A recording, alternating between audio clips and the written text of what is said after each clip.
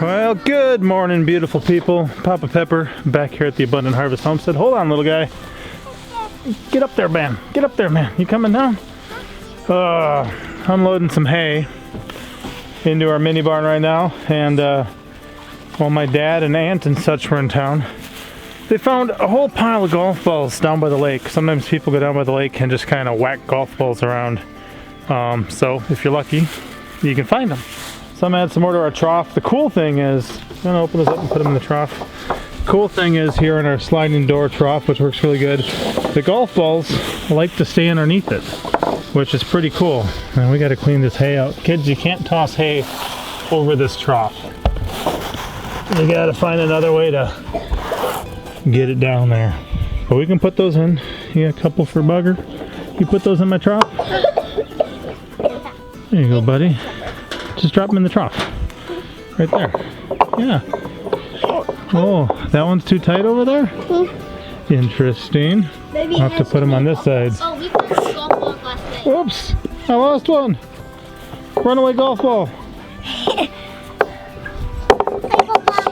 Another one? Thank you, son. We'll give the water to the chicken in a minute. So I got to get this hay unloaded so that I can use my trailer to pick up a break from a friend, because I got to bend some metal today for a project a friend's working on. He's actually building a chicken coop rather similar to some of ours, so he's doing board and batten, and I'm gonna actually trade him some metal that I make for a little bit of metal he has, because what he's got would be perfect for what I'm working on another project. So that's part of what I'm working on today.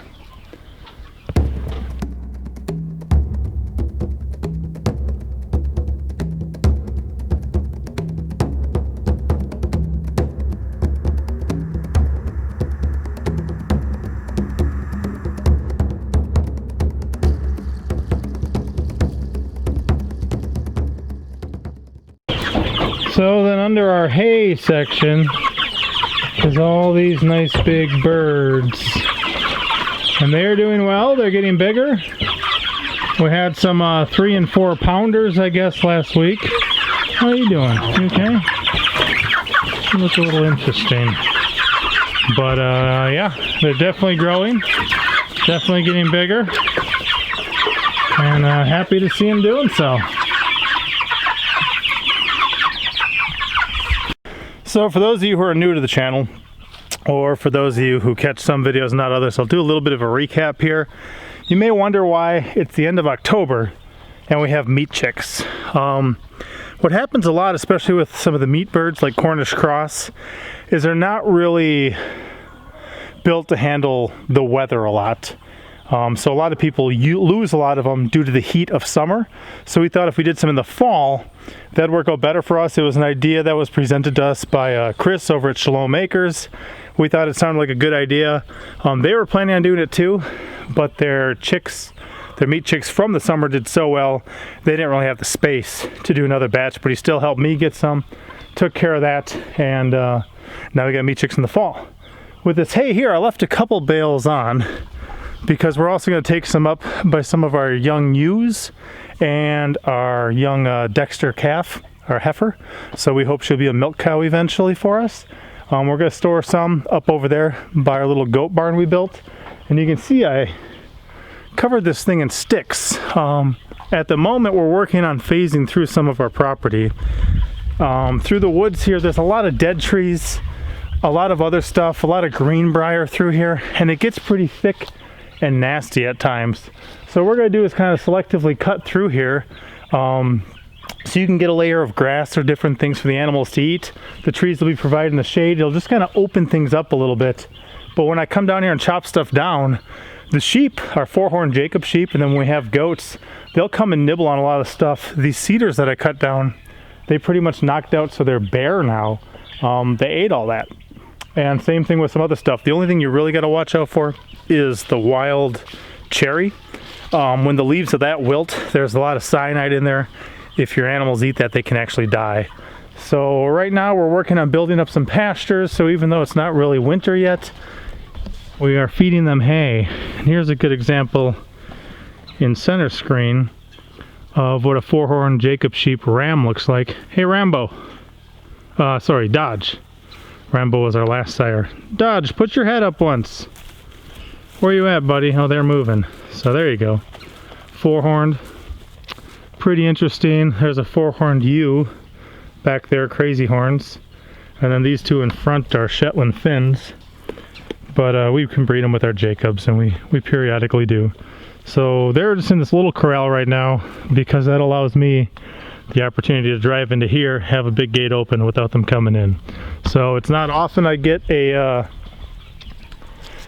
trailer back here, but when I unload hay I do. So if I can pick up some of these sticks and stuff, there's a lot of cedar in here which burns really hot.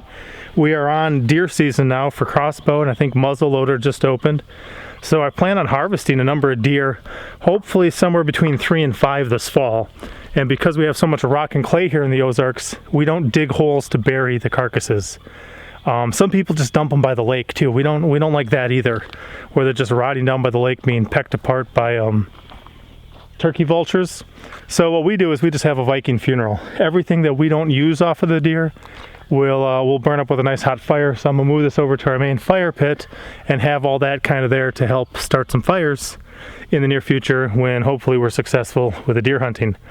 And we would make bone broth out of the stuff, but it seems that the chronic wasting disease, there's some hesitations about certain things. So at the moment, we're just taking everything we can off the animal, from the hide to the meat to whatever else we can use, and then just burning up the rest and eventually adding that into our garden. So let's go get that wood unloaded and the hay, and then I can go pick up that brake to make that metal. So we also like to keep some hay up here for our cow and our young ewes. Some people breed their sheep at 6 months, and you can do it. The little sheep actually to use this ramp to get up there. What we found is from studying and talking to people, a lot of times if you breed them at 6 months, where they're lambing about a year old, they'll miscarry their first time. So we give them the first year off and just kind of go from there. But here's these guys. Hey Xenia. So here's our young cow. I forget if she's about 5 or 6 months old right now. Hey, you're okay. She's really good with the kids, especially Pinky Pepper and stuff, who works with her a lot. And then here's a bunch of our sheep. These are the little ewes. So what do we got over here? There's a chipmunk climbing up there? What is there? Here, right there. Oh, crawling on me? Oh, I don't know what that is. Wow. That's interesting.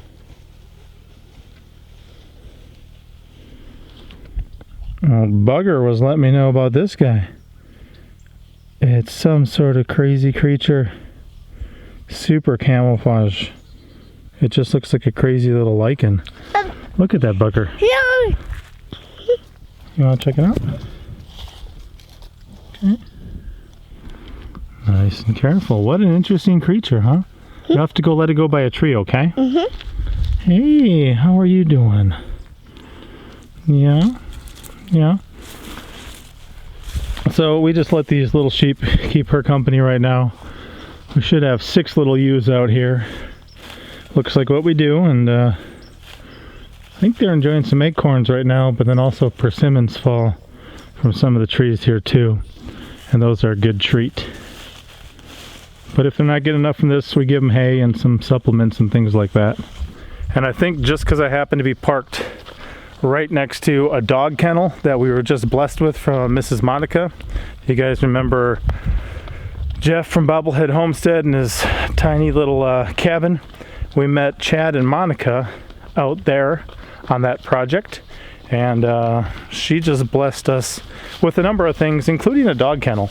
So I'm going to set up this dog kennel that's on top of that pile of brush, put it on the trailer, take it back over to the mini barn, and set that up for the meat chicks so during the day they can have a little bit of yard time. Thank you, Bugger. He's my little gate boy. Thank you so much. So let's go do that, okay? And then we'll pick up the break. So the goal of this is going to be rather simple. This is designed to be, of course, a four-sided structure, but I already have an existing wall. So what I'm hoping is that I got enough to take one, attach it to that T-post and cattle panel, have it come out an angle here, attach one probably to where we just got the boards and there's no battens, and I can wrap something around, have one come out here, so we'll have one wall here, one wall here, and then kind of an arrow, an angle out with the door probably about here, and they'll be able to come out during the day, enjoy this yard space, and we'll go from there. So let's see what that looks like when we get it set up.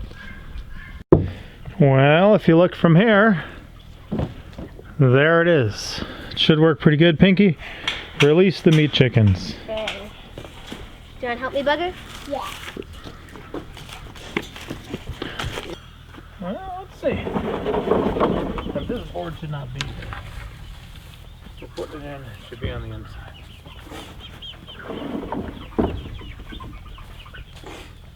Hey, meat chicks, you guys got a yard now. Yeah, you do. You got a yard now. So anything you want to do with that?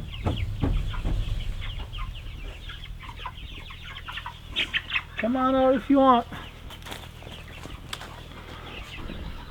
So, normally if we're in there and we leave the door open, they come running and try to escape.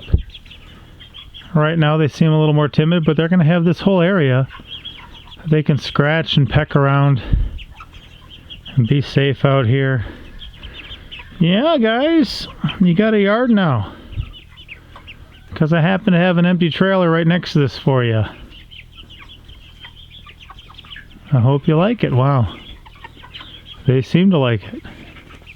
So now that they have access to the outdoors, you can actually label them free range too.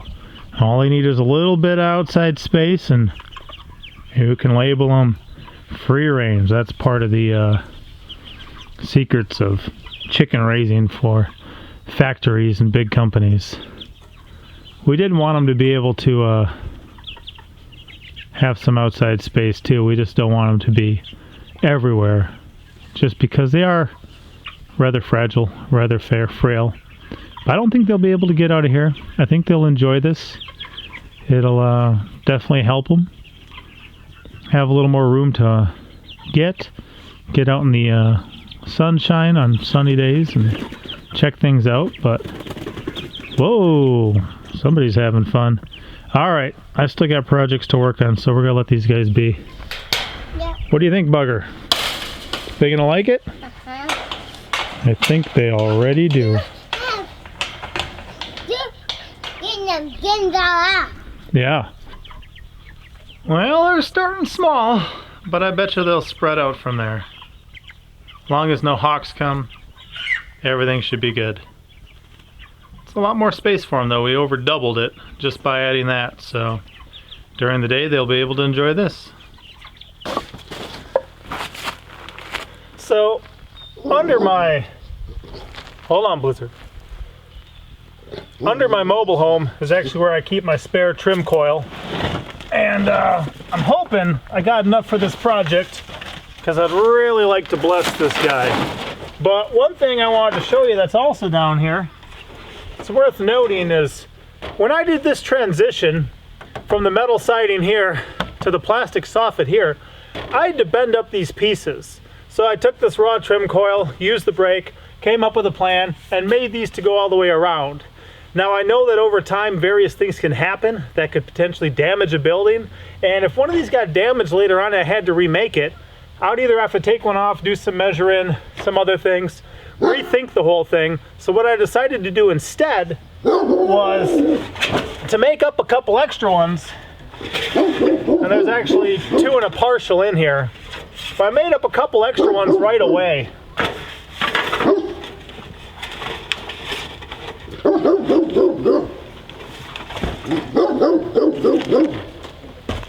And I'm storing those down here so that way if I ever need another one, I've already got a couple that I made at the same time. Blizzard, sit. That are exactly the same, and they're ready to go. So that's one thing to think about when you're working on something like this. I thought it was wise. It's been about 2 years now. Still haven't needed them, but they're right here if I ever do. So let's go make some metal for my friend.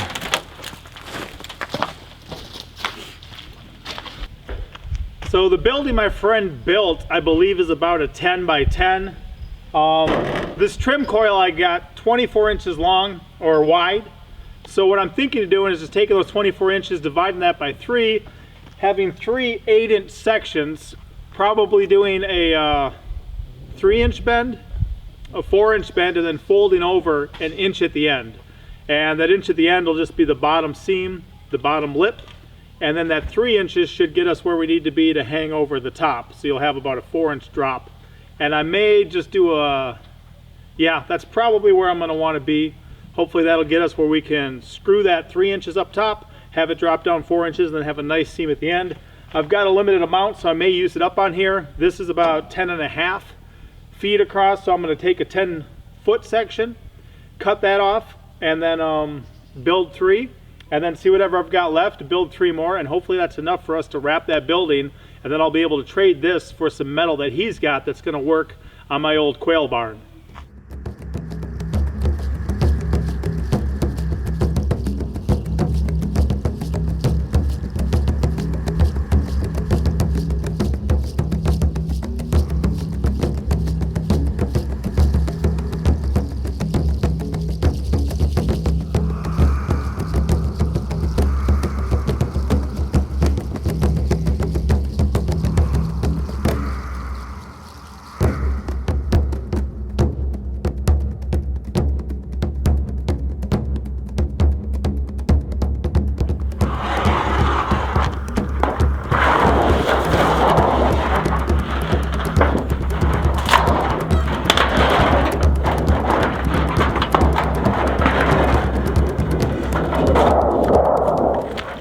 Now since this is the smaller section, I'm going to do my test on this just to make sure that what I've got is what I'm going to want.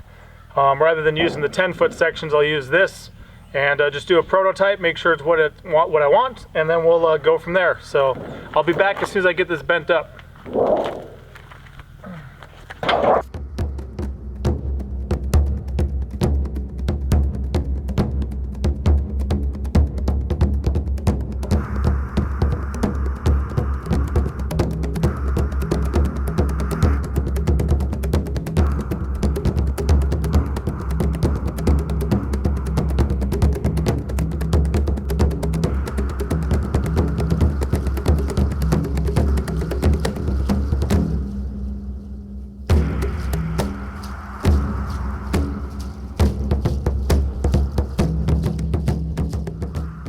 So there's my prototype. I'm not sure how much of a lip he's got. He's using some pretty thick oak, I believe. Or was it cedar?